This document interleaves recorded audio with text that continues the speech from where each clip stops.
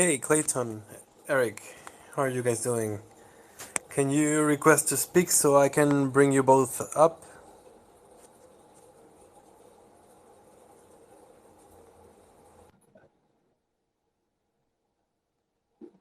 All right, there you go. How are you doing, Clayton? Very, very good. Excited to be here. How are you doing? Good as well. You sound good as well. Eric, you're on. How are you? I'm doing great, guys. How are you? All good, all good. Okay, cool. I guess we can give people a couple more minutes to join. I do see a few people jumping in, so welcome everyone.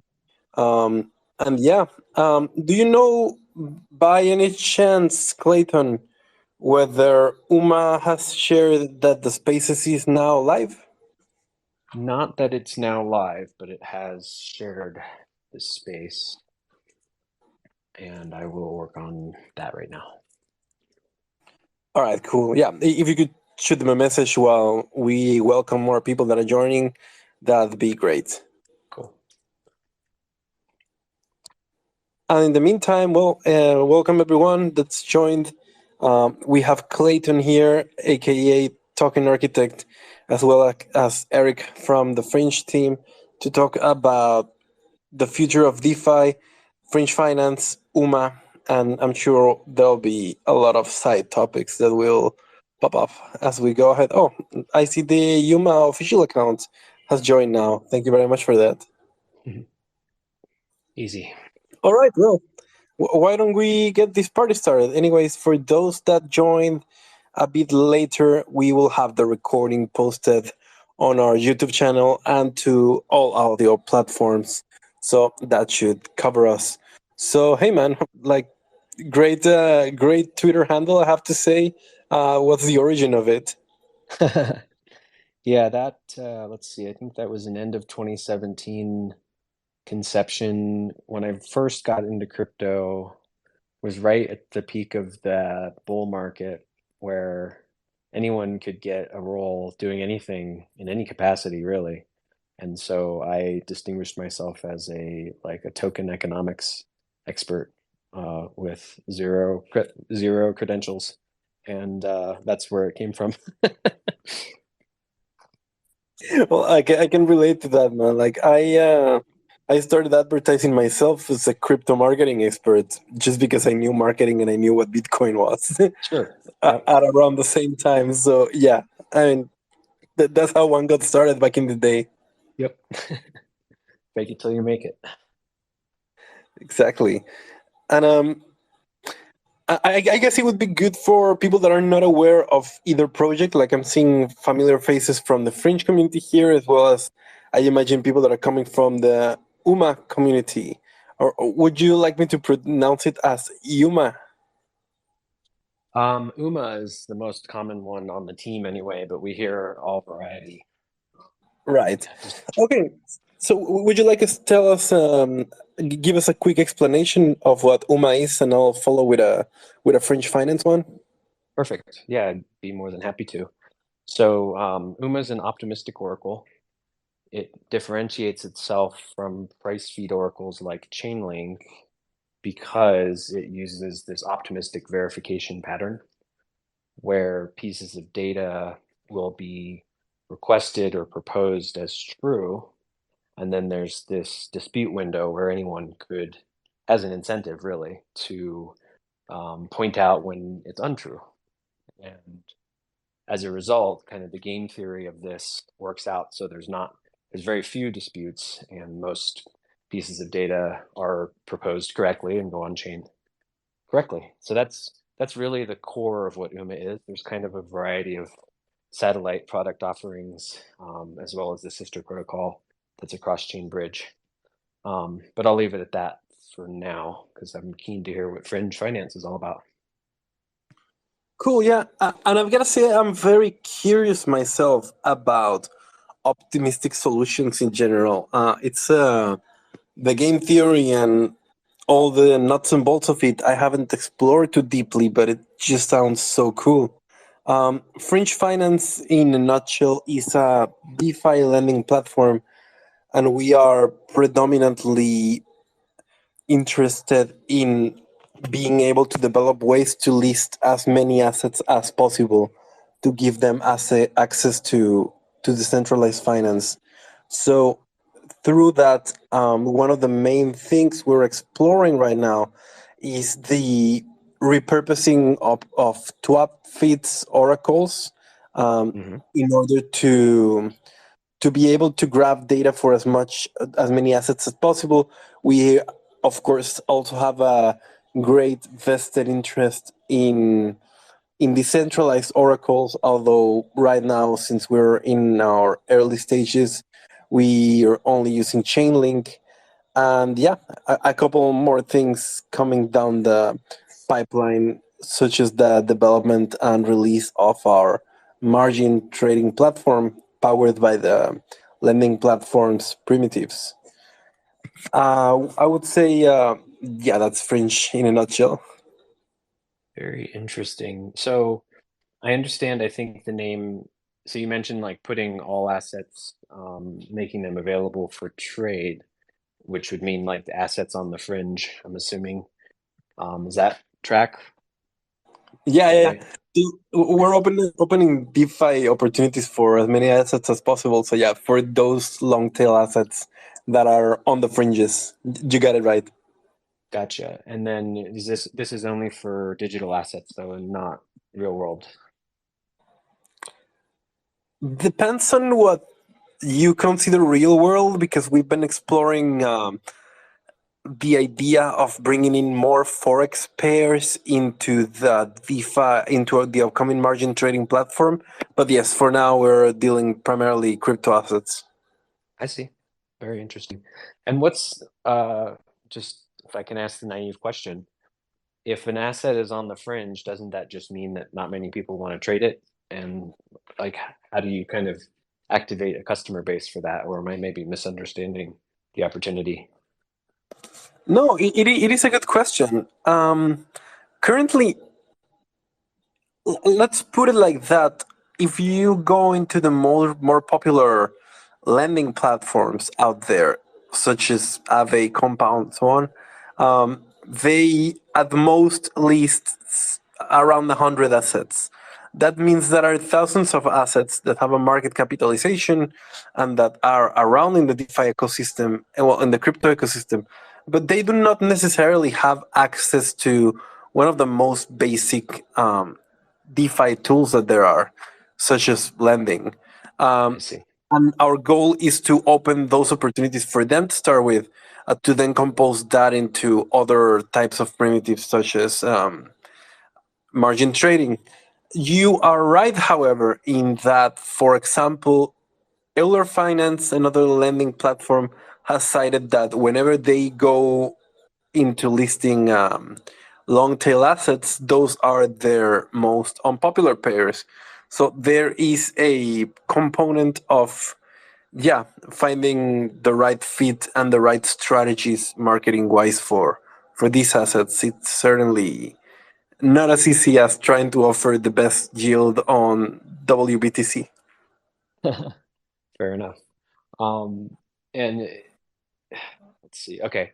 So I remember maybe you could contextualize this for me. Hopefully I'm not hijacking your interview here, but um No, I'm really happy, man. pro No one ever asked me any questions. projects like Cream, a couple years ago were sort of this, or maybe not that long ago, were sort of the alternative to Compound because they allowed for like a lot more assets basically than Compound could approve. Is Fringe in the same theme of that in terms of kind of just having a way to accept assets that don't have quite that level of liquidity for lending and borrowing? Yeah, now we're getting a bit into a bit deeper into details.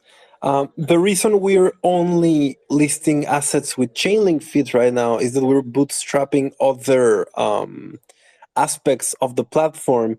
Then the next step would be to integrate more oracles.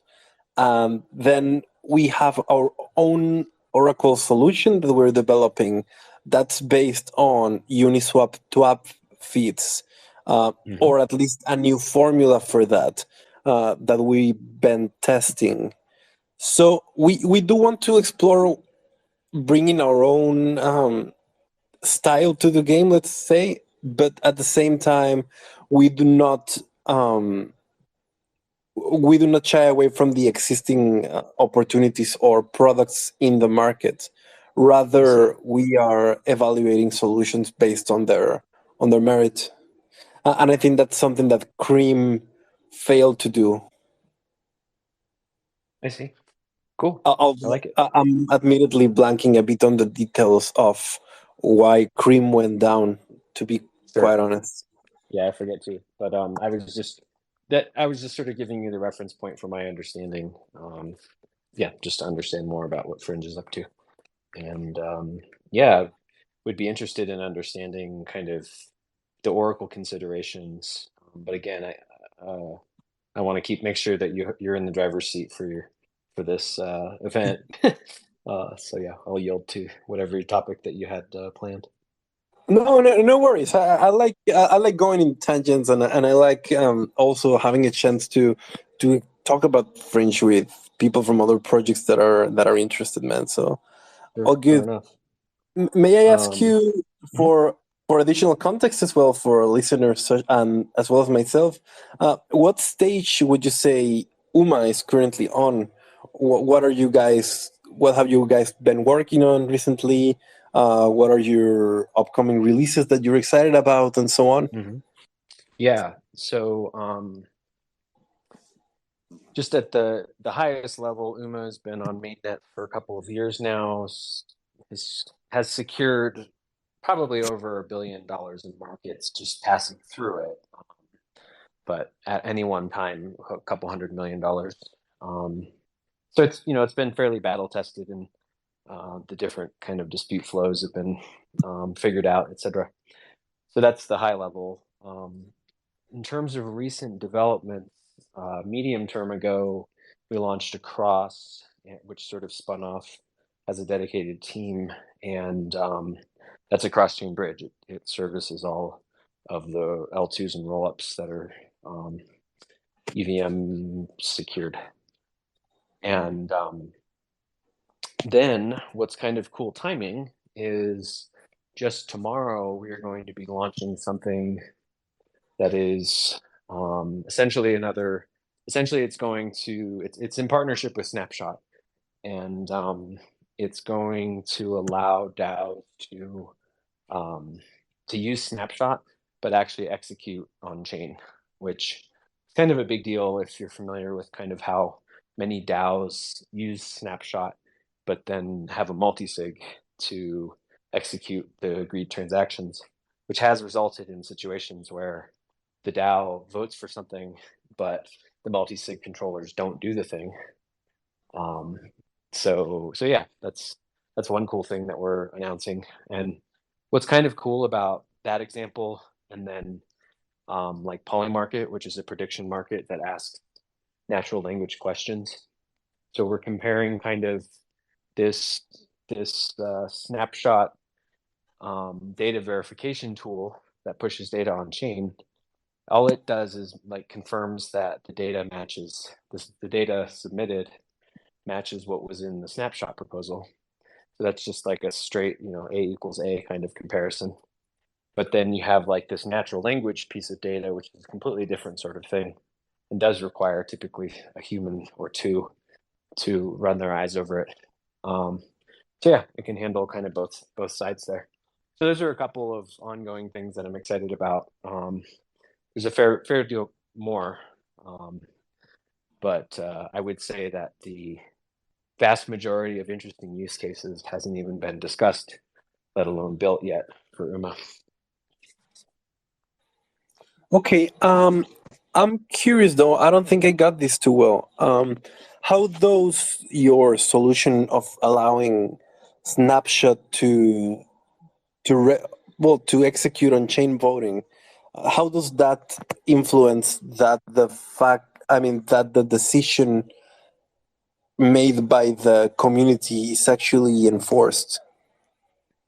So what it does is so Snapshot counts everyone's tokens when they vote, and so everyone's votes are typically token weighted. You can actually set it up differently, but and what this would do once you turn on this module, which is it's built into Safe and into Snapshot. So once you sort of flip it on, what that does is it creates a place for anyone to submit the transaction data, which meaning the data that's specified in the snapshot proposal, and it's connected to the multisig or to the treasury wallet in such a way that if someone submits the code that matches the transaction data in snapshot, and as long as it matches exactly, then it will go through and it will send the funds wherever specified or do whatever the action associated is. So I think the answer to your question is it plugs directly into them, is how it works. Okay. How would that compare to something like reality.eth? Very, very well.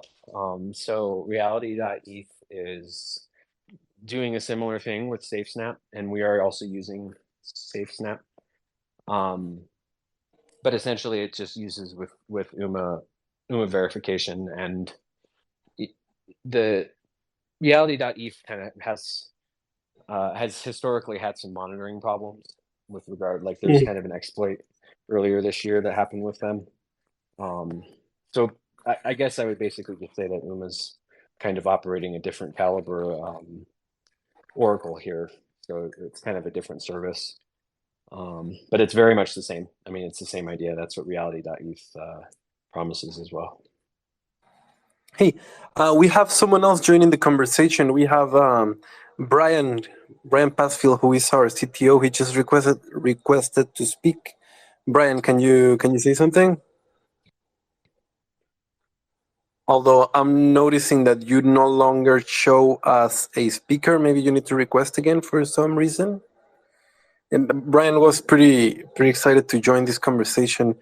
I forgot to say when we were talking about UMA and all that, man. On the long tail assets, UMA is actually one of the assets that we have listed recently. So that's that's how we got into a relationship with you guys. Brian, you're the speaker now. You're muted though, in case you are trying to speak. Hello, everyone. Yes, hello. Hey, yes, good. We hear you. Okay, I'll listen to a bit more of the conversation, and then I'll be able to join in. Makes All sense. Right. Great to be here.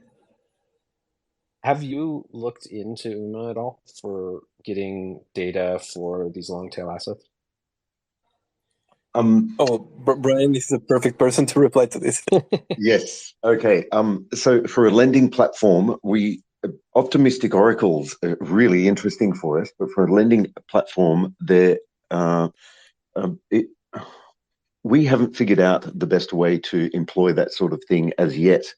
So that's something we're still looking into. I personally really do like optimistic oracles. But I have a general question. Are there any other lending platforms that are employing the optimistic oracle model, and particularly UMA? Yeah, so the answer to that question is basically no. UMA we actually built and launched that ourselves kind of in the beginning of DeFi summer. And I think for the reason that you're asking, you probably have an intuition of this. Optimistic oracles have a delay built into them, and that adds an amount of complexity when you're dealing with composable DeFi that wants instantaneous results. So when we did it with UMA, we essentially had positions that were being monitored, and they could be liquidated by anyone, but that liquidation could be disputed in the case that the price of the asset actually wasn't below the collateral requirement. So yes, I understand. That's the long answer to your question. It's actually not kind of the easiest use case for an optimistic oracle, or at least UMA's. Yeah, no, I understand that. And it's always intrigued me that there is definitely the possibility to have an optimistic oracle used in some form of um, a lending platform. But of Hmm. course, that time window for the dispute makes it problematic for things such as liquidations and so forth Yes. that Yep. need to be Precisely. quite timely. Um, but I think it's still something that we will like to toy around with because there is a lot of centralization in oracles at the moment. Right. And we certainly don't like that because that represents a risk for DeFi, Sure. especially given the um, the the attacks on DeFi by various authorities and so forth. And there are very much Right. single points of dependency, as we're all quite familiar with. Um, Sure. yeah, so my general thinking is that there could very well be that possibility of implementing an optimistic oracle for a lending platform, but the lending platform would be quite differently engineered to the way we've currently engineered our lending platform. And Yep. quite possibly it could evolve as an adjunct to our core offering that Hmm. employs an optimistic oracle. But yeah, that's something perhaps we can have a discussion on one day. And if we look at that model that you or that platform that you mentioned, that might Hmm. give us some further thoughts because we like good ideas and we like to evolve good ideas and understand various implementations and determine how we can best improve on those implementations for the kinds of platform and communities that use the use cases that we offer. Sure. Yeah, I believe that there would be a way to build it out that way. Like essentially, you could have a model where you would have a bonded liquidator that could just liquidate anyone, and but there would be a dispute window where essentially their liquidation could be challenged. And if they were found to have done it wrongfully, then their bond would be sort of captured. But even that introduces troubles because the bond would have to be the same asset as the collateral to match, like, the price movements in the meantime. So yeah, it's definitely one of those like stay up late brainstorming on it kind of problems if you're determined to use an OO for a lending market. Yeah, for a lending market, you're quite right. It does represent a number of challenges. I mean, one way to approach that may be to provide that kind of facility for not the full swathe of collateral assets that we support, but a select number of some of the higher cap assets. Um, but yeah, it's definitely food for thought because I'm very much attracted to optimistic oracles. Mhm. I'm Well, that's what very we like much to not hear. the expert here. And I reckon some people here must also be wondering, can you guys cite some of these challenges that optimistic oracles pose for lending platforms? Yeah, I Yeah. mean, Oh, go ahead. you Go ahead. no, no, no, you go ahead. That'll be instructive for me.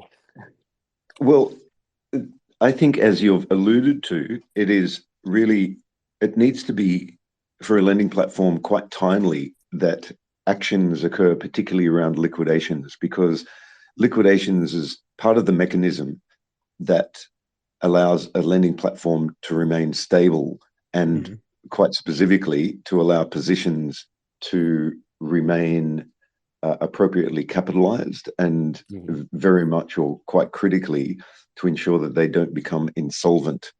And insolvency is a risk to our lenders because our lenders provide capital and they are doing that on the basis that they know it will be loaned out to borrowers. And if borrowers' positions are under any threat of becoming insolvent, then that uh, compromises the safety of the lending pool and therefore it represents a risk to the lenders. So, really, that's the key aspect there.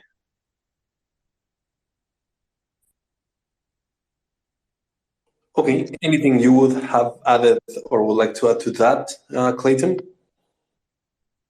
Yeah, no, that definitely tracks with my understanding. Yeah, you need to be able to, um, you know, liquidate a position quickly before the price were to fall below the threshold where you can recover all of the lender's funds.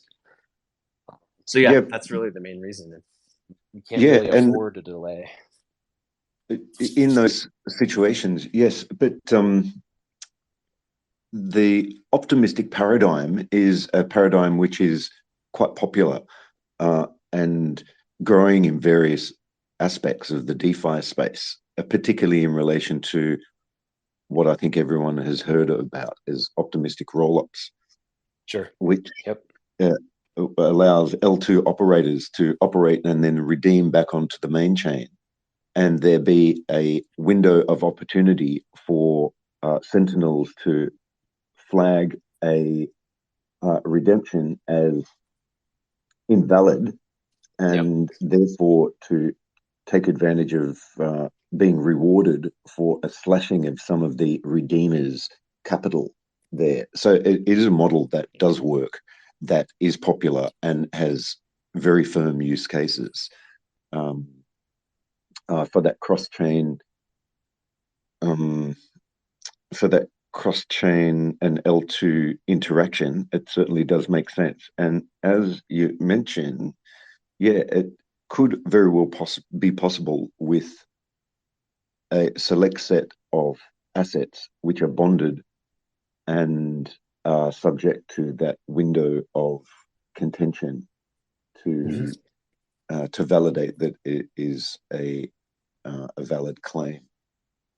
So yeah, it's there are possibilities there, and amongst the other 20,006 things on our priority list, it's one that's definitely in there for us to explore further to understand if there is an opportunity. Sure. Yeah. Yeah. It's the day's only so long, but in the long run, there's always opportunity to innovate. And if that would be somehow more efficient or less risky, or maybe it enables access to these fringe assets, then it should be built one day. Yeah, well, I think we should have a chat and get some of the material that you guys have at hand, and for us to begin to chew on the models and the example platform, as I mentioned before, for us to Sure. just have a little closer look at that. Because Yep.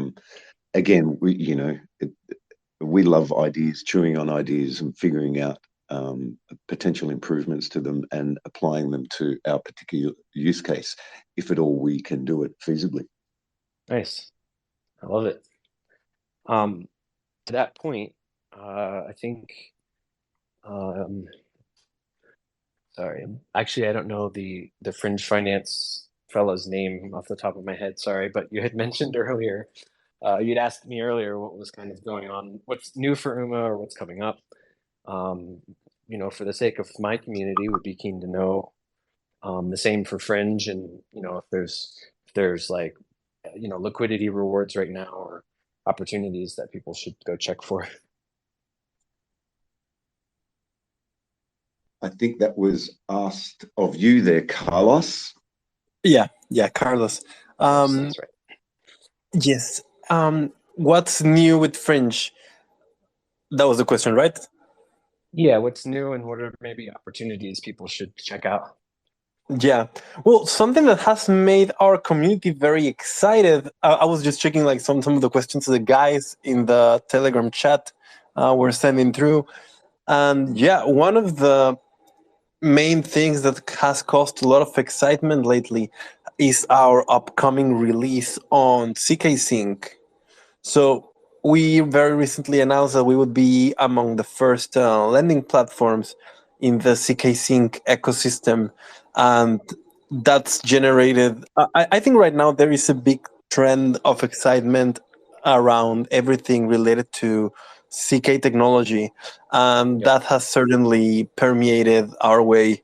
And that's good because lately, or as of the last few years, you would see very few excitement trends starting with something that was such or as technical or as tech focused as this zero knowledge wave. So it's certainly refreshing and very nice to see. Yeah, I Yes. might add a few things there if I could, because we've got a whole swathe of things that I must say, we've been working hard on, and we're quite excited, in fact. Certainly, our multi-chain support is something that I think is really great, and particularly for ZK Sync release in amongst that, including Optimism, Arbitrum, and Polygon. And we'll be looking at other chains also. So these are all other EVM chains at this point. We are enhancing or extending the list of capital assets that we can loan out. Our first iteration of our platform allowed one capital asset, which was USDC, because that allowed users to then go deploy that USDC in quite a variety of other venues within the DeFi ecosystem. So it was quite, the basis of that is it has quite high utility. But now people will be able to, with our upcoming release, post up or lend out other assets, including things such as Ethereum, Bitcoin, and so forth, so they can maintain exposure to the assets of choice and still lend those out and gain a yield on them. So we're pretty happy about that. There's support for LP tokens as collateral, which is a new capability, and the reason that's different to other collateral assets is because it uses a different Oracle mechanism.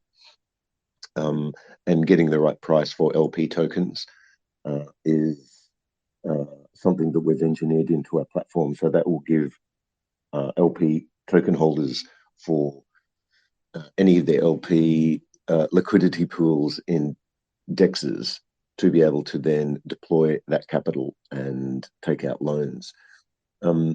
We have our decentralized backend, which is all part of this large tranche of change that we're implementing at the moment. And our decentralized backend is all part of our strategy to increase the censorship resistance of our platform, given there's adversaries eyeing in on DeFi, and we want to ensure that we're in the best position to be able to respond and, or at least be immune to those kinds of attacks. And that uses decentralized the graph. So we use subgraphs now rather than having our own backend. So we don't have a hosted backend, and that means that there's no hosting provider that can switch off our backend. That's nice. Or be DDoSed. So that's something that we're really happy with. We have atomic repayments, which allow borrowers to repay a loan without having the capital of the loan, outstanding loan, available in their wallets to close out a position. They can close out a position simply by requesting the platform to use the collateral that's already in place on the platform that is securing that loan. And so there is great convenience for users in that respect. We just employ a third-party DEX and seek a disposal path for that collateral that makes sense for the user, and it swaps it for the capital asset and then repays the loan. I mean, that in and of itself is a very convenient and, in fact, important facility, and it helps further differentiate the Fringe Finance lending platforms from other competitors in the DeFi ecosystem. But not only is it convenient, but it's quite instrumental for another set of upcoming facilities that we're offering, which is our leveraged positions capability. and that includes an amplify facility, and this is the name that we've given it, and also our margin trading facility. So it will allow users to take leverage positions against their chosen either pair of tokens or to amplify their exposure to any given long asset or collateral asset. And this therefore extends Fringe Finance from not just a lending platform, but now a margin trading and a leverage platform. So people who have conviction in the direction of a given market of the quite extensive set of assets that we support, they can take leverage positions in respect of that. And we'll provide a whole host of facilities to allow people to manage and retain visibility of the health of their positions. And we're really excited about all of this stuff because it really does, as I mentioned, further extend the utility of our platform and further greatly differentiates it from other platforms in the marketplace. So we see these as being vectors for adoption that are quite crucial for us to really differentiate. And a number of other things. We're providing support for Wallet Connect, which will allow multi-sig entities to take advantage of our lending platform. And particularly what that means is DAOs will be able to, through their multi-sig treasuries, they will be able to deploy their treasuries into the Fringe Finance platform. So what that means is they'll be able to take out loans against collateral of their project tokens. They can do this now, but it entails sending assets from their multi-sig treasury addresses to a regular wallet before it can be deployed onto the Fringe Finance platform. And that, and of course, you know, that is certainly mechanically possible, but it does begin to break some of the trust minimization that DeFi projects and all projects like to adhere to. So we therefore better facilitate that trust minimization or maintaining the trust minimization for the projects that would like to employ this. And also it will allow those DAOs to lend out their assets, because as I mentioned, we will be extending the list of lending assets that we support, and there is every reason that we will be able to support a very good proportion of the collateral assets that we'll currently be supporting as lending assets, which means DAOs will be able to not only take out loans against collateral of their project tokens and their treasury, but they'll be able to then act as lenders to lend out their project tokens, and other users can gain exposure to their tokens through collateralized loans on our platform. So there are a number of things there, and I think I've forgotten a few because there's quite a few running on along at the moment, but I've gone on a little bit, and that I think gives a bit of a bird's eye view of some of the key changes that we've got coming up. Well, I love it. I'm a bit of a DeFi boomer, which is to say, 18 months ago. And I enjoy thinking about lending and borrowing markets and then real world adoption for the unbanked. And so these are my topics as somewhat as compared to like NFTs and gaming, which just doesn't hold my attention as much. So yeah, yes, I appreciate. I think I'm with you there. Yeah. Yeah.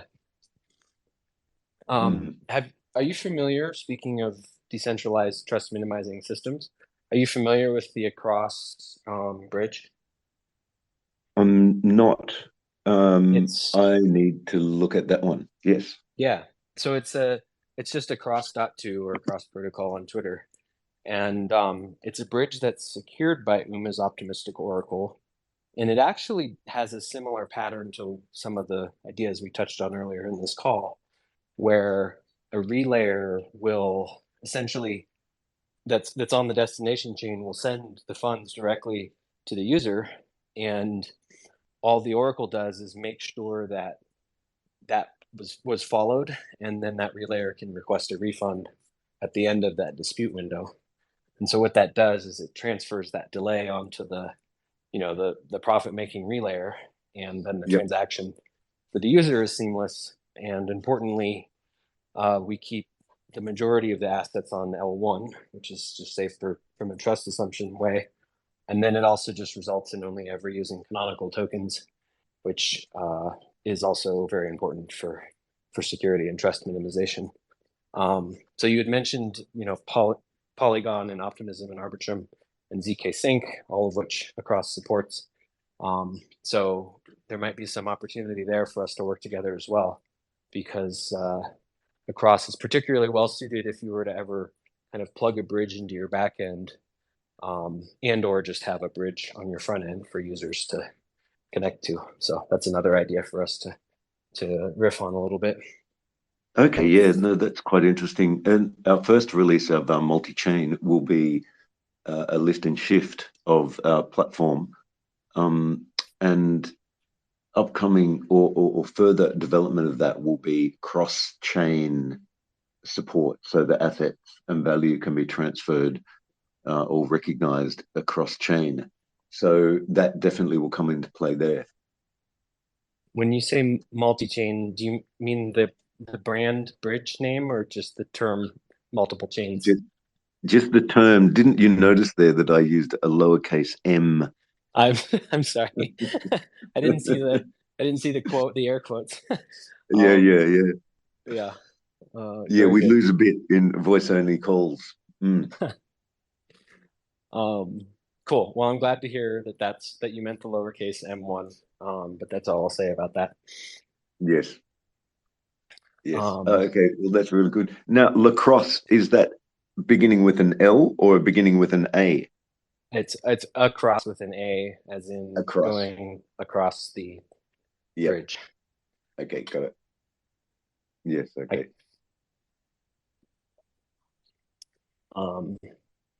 Yeah. So it's another cool demonstration of the optimistic verification patterns. Not so different than the rollups themselves. Yes. Yeah. No, you're quite right. Now, I missed a bit of the beginning of this call, but did I miss a description of some of the things coming up for you guys? Oh yeah, you're gonna like the snapshot stuff. Can you briefly share that again, Clayton? Sure. So we've been working with Snapshot to build UMA execution by Snapshot, which if you like Carlos, if you're familiar with reality.eth and the SafeSnap integration, it's a similar functionality. It would just use UMA's Oracle instead.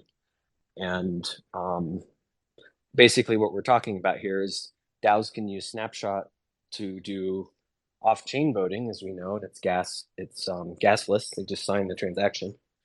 And then with this new module that we built called OSnap, you will be able to connect essentially the snapshot directly to the treasury. And the way that the Oracle comes into play is that only after a proposal passes, there will be an opportunity for someone to submit the transaction data to the treasury, but it will get caught in this dispute window where if the transaction data didn't match key for key what was in the proposal, it would be disputed and thrown out. So the end result is gasless voting, on-chain execution, and this particular use case matters a lot right now just because there are a fair number of DAOs that have the snapshot set up for their token holders to vote, but all that's really doing is telling them what to do with the multisig that they control, and they don't always listen. And of course, circling back to that comment about the removing centralization points is kind of the goal here. So that's what we'll be launching tomorrow. So to the people on this live Twitter space, you heard it here first. Wow, yeah, no, that's great. If there's verification of the vote outcome rather than it just being a heuristic used by the DAOs to then go off and do whatever the heck they like, that's really attractive. I mean, it is for them to do whatever the heck they like, but they need to have, majority support or whatever the snapshot rules are set up. But yeah, I mean, at least right now, like you wouldn't necessarily remove the multi-sig element, but what it does is it makes it so if, you know, even if there's a team that's doing this, has multi-sig access for the sake of security, because they're not necessarily ready to just put it out there to the world, they can have that. But, if they get in an accident and disappear or something, you want to be able to have another way to access it that's still trustless. And that's what this turns on, which is, I think, pretty cool. Nice.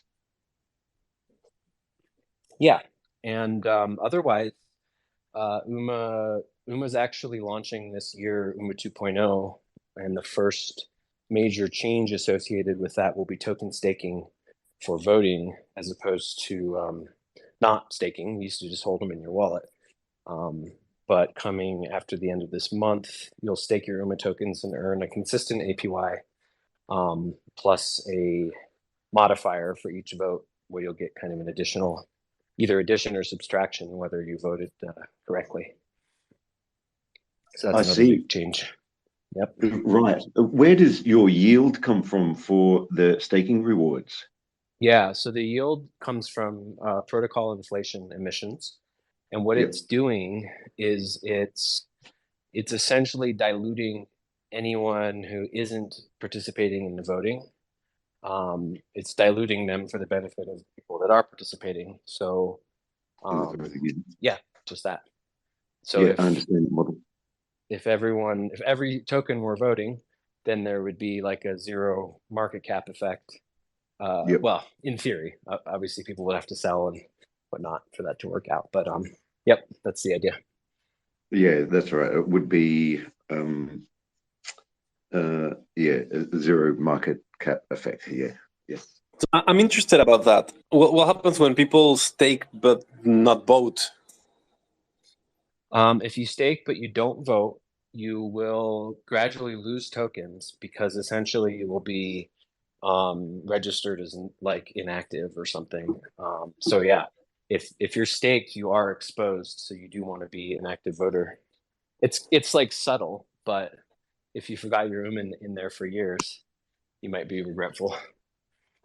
No, but that is really cool, because you incentivize the community to vote, and you incentivize them to stake it. I think it's a great system. Yeah, it's really emphasizing the work of the Oracle. It is kind of a work token, and the game theory only works if people are there to tease through a dispute when they happen. And if people are there to tease through the dispute, most of the disputes don't happen, because there's that backstop. That is really fascinating. We titled these Twitter Spaces "What's Next for DeFi," and I don't think we've ever talked about like general DeFi trends, but this conversation has been a lot of fun. I wanted to ask you if there was anything you were expecting to talk about that we didn't mention at all. I don't think so. I mean, I also enjoyed this chat, and I'm glad it didn't require me to like make guesses about the state of any given thing in 6 or 12 months, because I have no idea, and I'm a bad trader, so you shouldn't listen to me. But yeah, no, I think we covered the good bits. It's been a pleasure. What about you, Brian? Was there anything that you were hoping to talk about? Yeah, I wanted to learn more from the horse's mouth about Uma, so this has been great. And I think we've talked not only about our respective platforms, but a whole host of the issues and matters that surround all of these projects and that are important to all of the projects.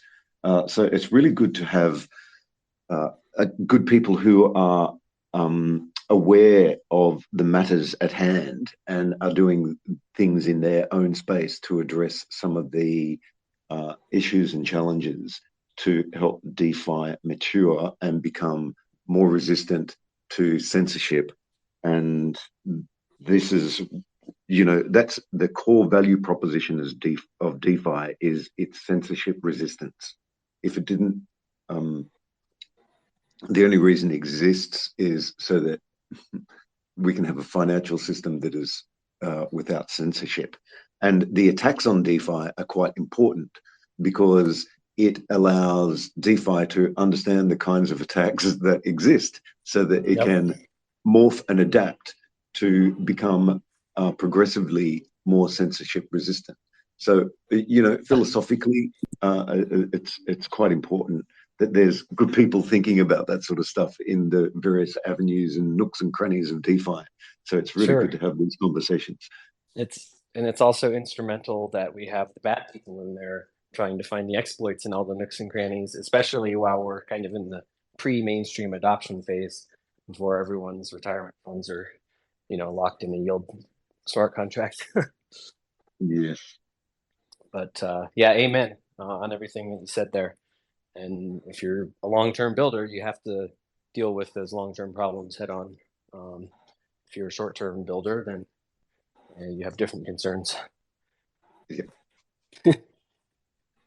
I also wanted to say that I really like it when people are witnessing a bit of how the exploration process of partnerships goes in a live call, because I think that's something quite unique that you don't get to experience elsewhere. Say we end up using Uma's oracles. Well, you can pretty much trace it back to this call for the initial exploratory phase. So yeah, cheers to that, guys. That is cool. And Carlos, I actually have done this a number of times where someone reaches out to do a little bit of a BD intro, and I'm like, let's do it on a Twitter space. Let's make this content and also the BD side. And it's cool. It's fun. I mean, Web3 is cool that you can do stuff like this, and it's just casual. And that you're right. That's exactly how. As a content manager, I was thinking, man, I'm gonna turn this into my standard procedure, because then, it's great content as well, because it's the nuts and bolts of the actual work. Yep. Yeah, I think that's really interesting, that public development, you can extend it right to that business development stage. So people can spitball on ideas right at that genesis stage. And it's really interesting. Just getting in discussions is really important, because there are so many ideas out there, and sifting through them is a full-time job. And talking to people and understanding their passion, and just being able to ask a couple of key questions that arise in those conversations allows you to really quickly assess the veracity of those ideas. So this is we should do more of this. Totally. Well, guys, I do have a hard stop now, so I will leave you. I think there's no way for me to leave without finishing the spaces. So thanks a lot, both of you and everyone that's listening, for joining. We had a really fun time on this call. Yeah, great. same. Thank Cheers. you. Thanks. Thanks everyone for joining. Unless, and I'm just putting the idea out there, unless, Brian, you want to log in with the Fringe account, and then I just leave it to you. I do have another appointment in about 3 minutes, so I'm going to have to run anyway. Oh, okay. Yes. Clayton already left anyways, but good to say hello to you all, and yeah, I guess see you around in the next spaces. Thanks for listening. Cheers, right, Brian. guys. Cheers. Thanks everyone for joining. Bye.